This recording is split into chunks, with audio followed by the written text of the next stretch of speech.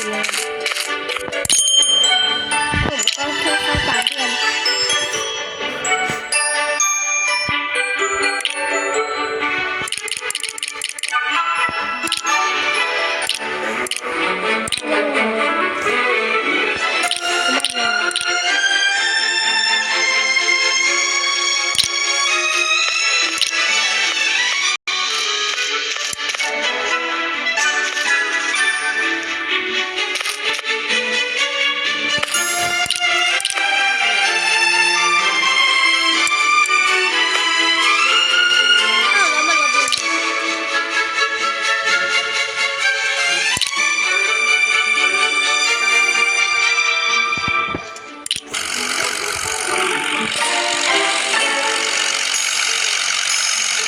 โอ้โหมีคนมีกันแบบนี้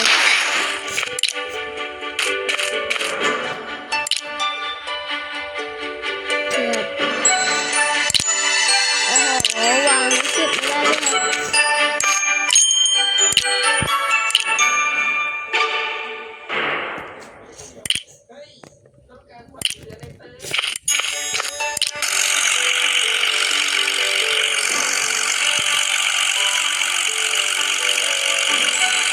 ไม่ได้เลย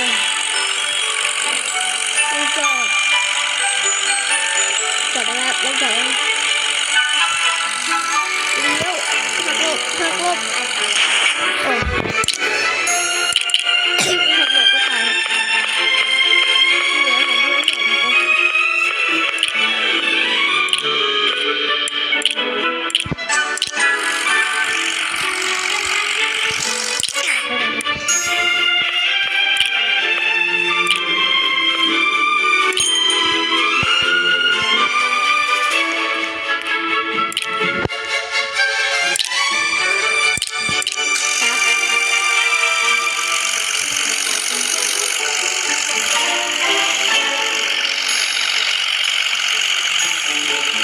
โอวินได้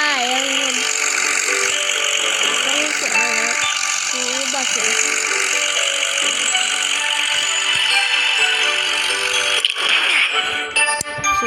ผมก็กระโดดลงไม่ได้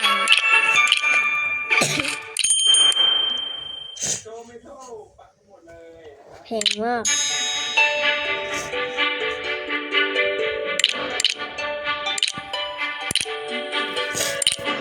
ต้องตังค์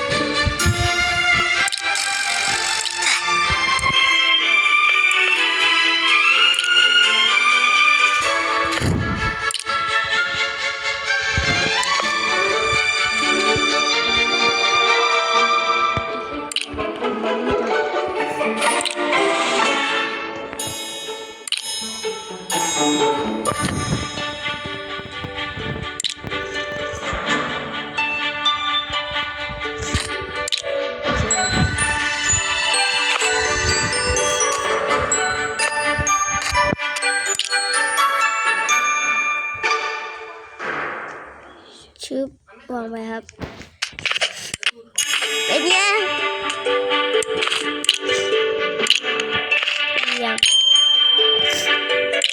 กำลังจะซื้อบล็อกแล้วตัดเลย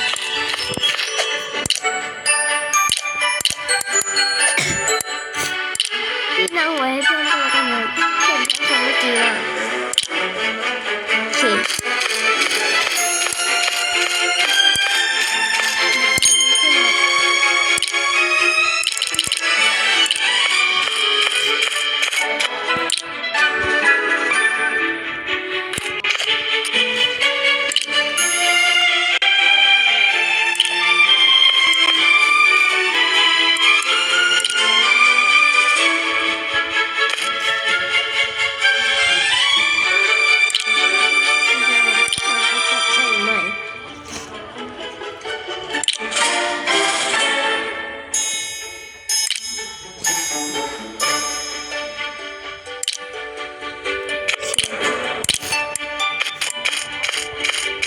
มันดีครับที่นั่งมาเนี่ยที่นั่งสองฝั่งจะได้ครบเลยอ้าว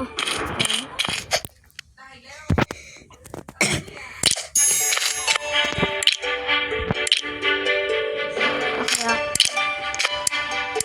เปิดตู้อ่ะดินดีขึ้นเลย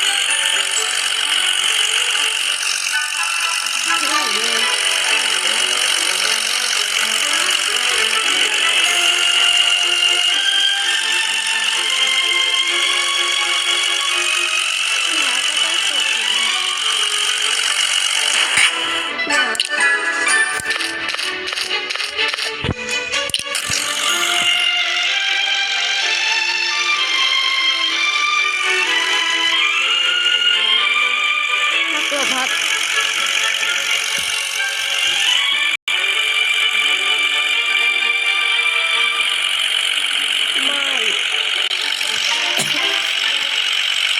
ตรงนี้ไม่ได้โอ้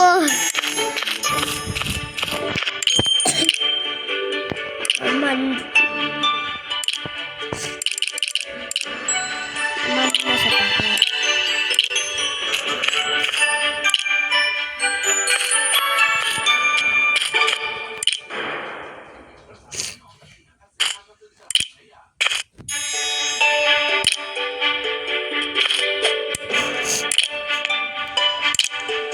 ตอนผมไปลบที่ข้างนอกกันเลย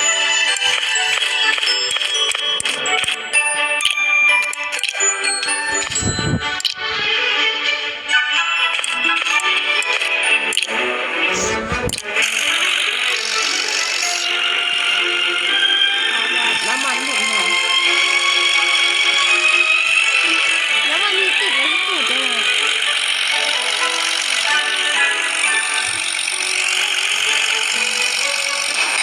เรียบร้อยครับโดน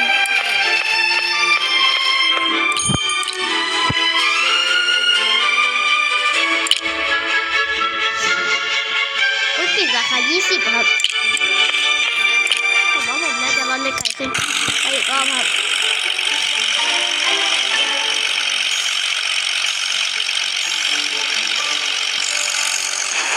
โอ้ยเลี้ยวไม่ทันนะ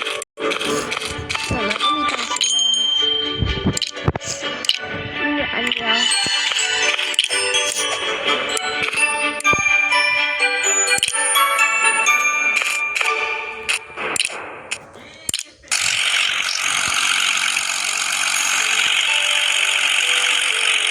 ผมไม่ตกเลย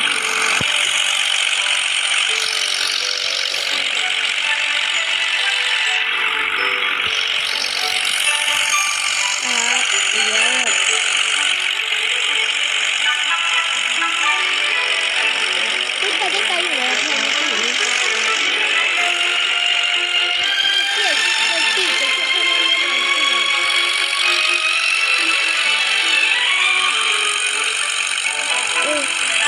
ผมไม่ล่วงเลยนอกจากน้ำมันจะหมดก่อนนะจะล่วงเลย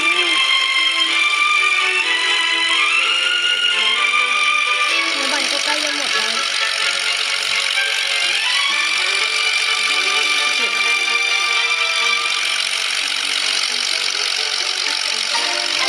มาได้ไกลพอสมควรนะครับน้ำมันจะหมดแล้วทุกคน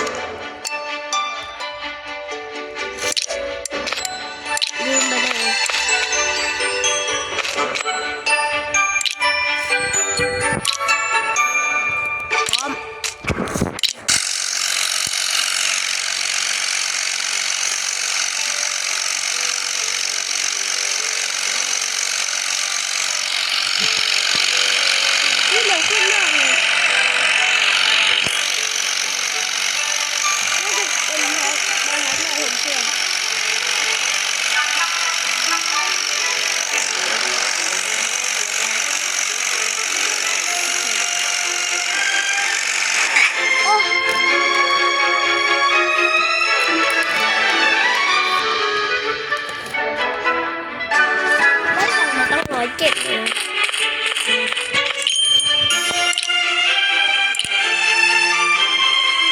ไปติดมาครับ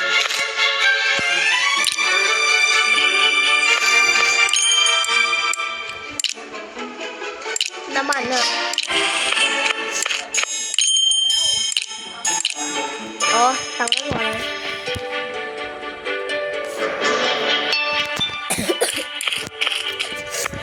ดูครับผมก็ซื้อน้ำมันเพิ่ม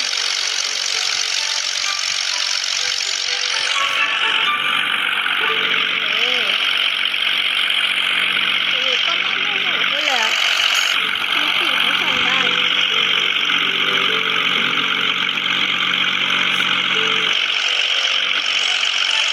ทิ้งเลยนี่แต่น้ำมันหมดเลยนะ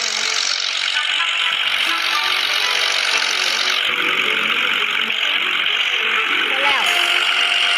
เราไม่ส่งเพื่อนจริงเลย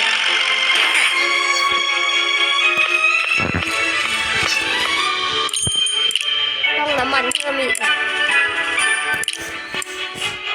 อีกจะร้อนเลย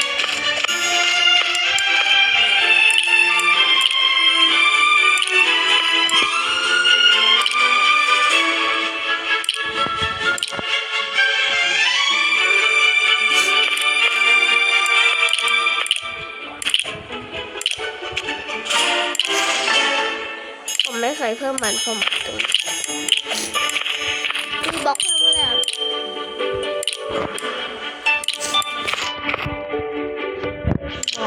1บอกอ้าว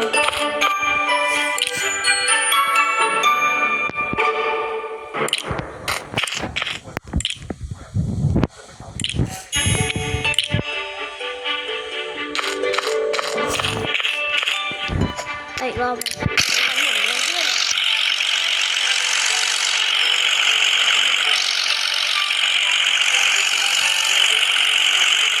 ร้อนเล่นไปใช่ไหมน้ำมันที่มาเป็นถังเลยน้ำมันต้องเยอะเข้าไว้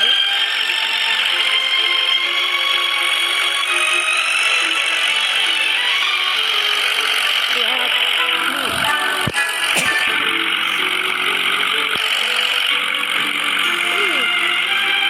รู้สึกว่าไกลขึ้นไม่ใช่อยู่นี่ไกล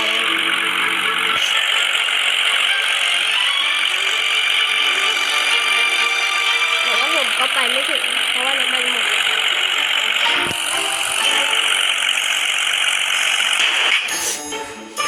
โอเคเงินก็คือเข้ามารัวๆแล้วดีเมื่อกี้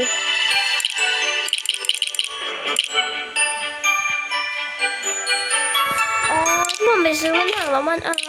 ร่อยปะโถมันดีขึ้น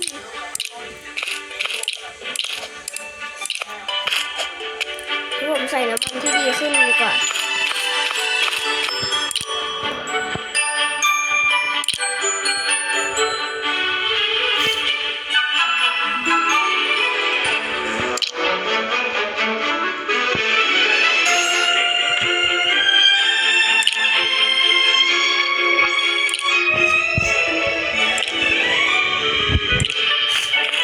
ต้องหน่อยดีนะทุกคน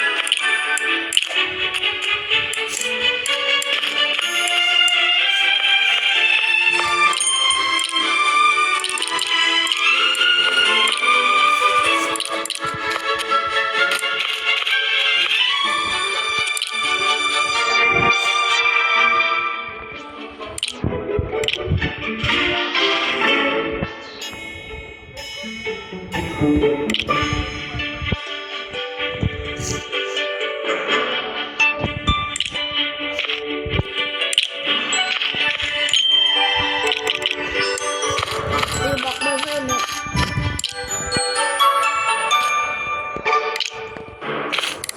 มาเพื่อน้ำมันโดยเฉพาะเปิดตัวแล้ว ทุกเช้า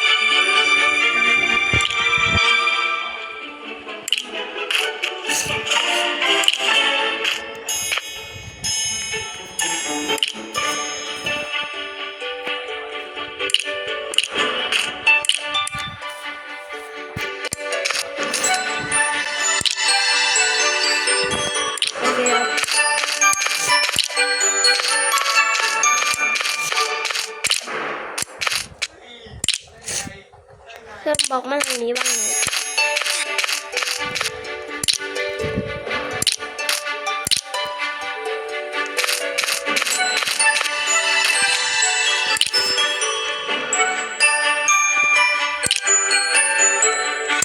เดี๋ยวหนูเอามาแล้วผมค่อยเลือกว่า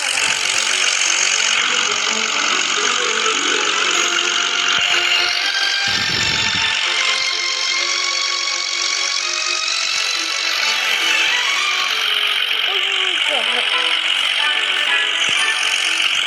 ผมว่าเครื่องบินผมหนักขึ้นเริ่มต่ำแล้ว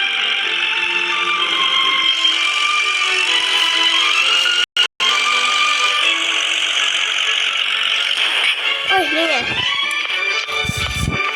ระเบิดแตกแล้ว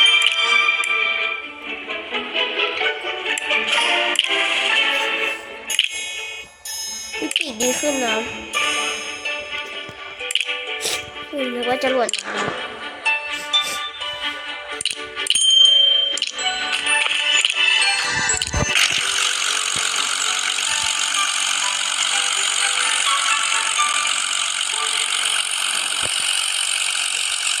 รู้สึกหนักๆเลย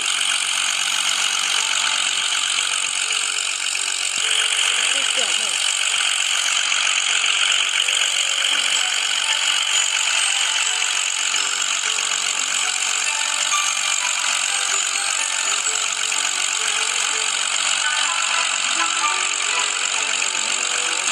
โอ้ยแม่ตกใจ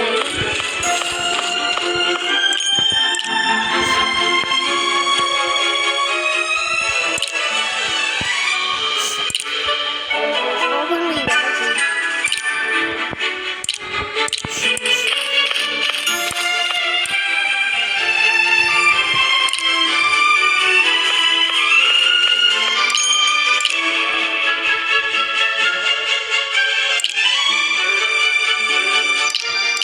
หยุดอันนี้20มา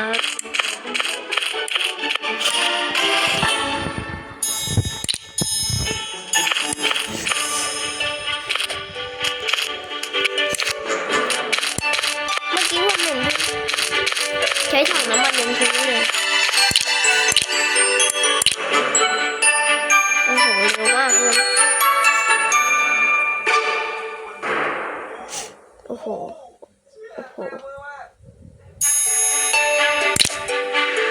มันผมก็ตื่นเกิด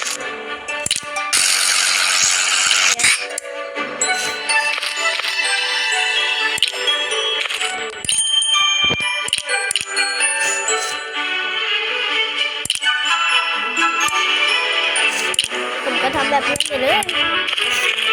ไม่ต้องมีพื้น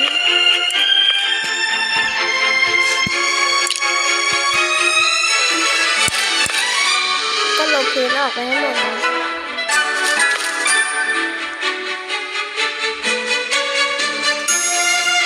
ลบไปให้หมดก่อนนะ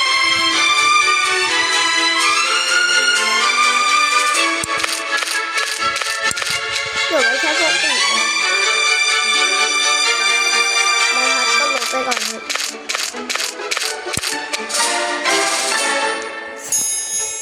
โอเค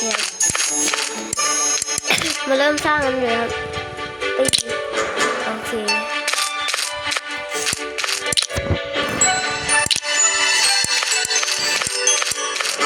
ปีก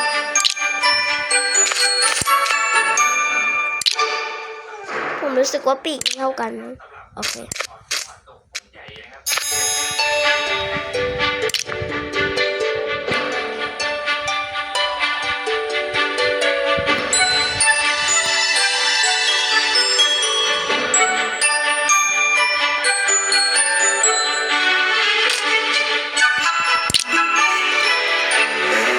เดี๋ยว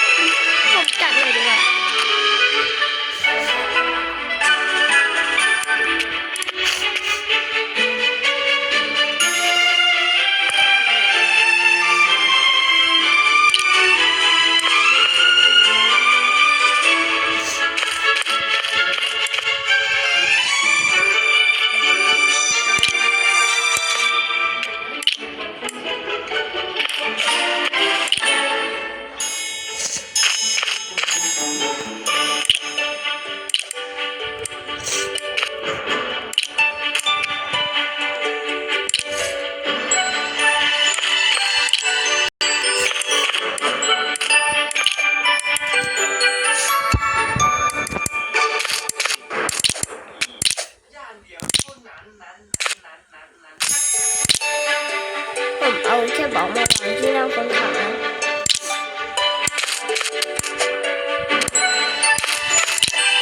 ผมใช้ได้ดีกว่าให้มันจบไปทุกคนมันจัดยากไง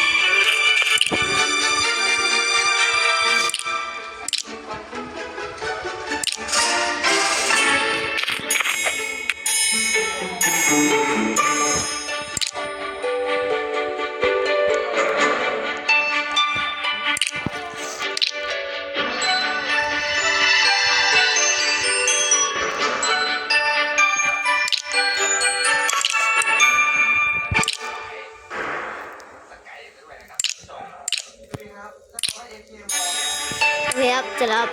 มาครับ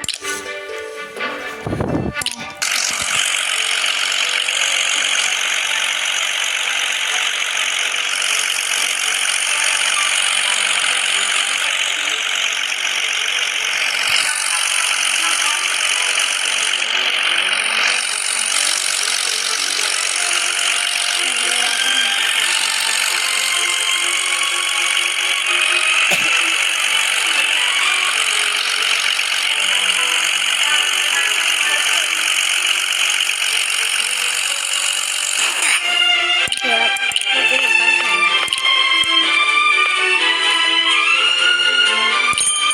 ลืมมาตรวจเช็คเลย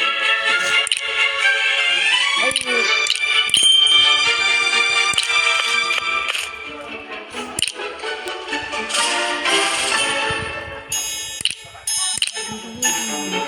แป๊บนึงครับสำหรับคลิปนี้ก็ขอลาไปก่อนนะ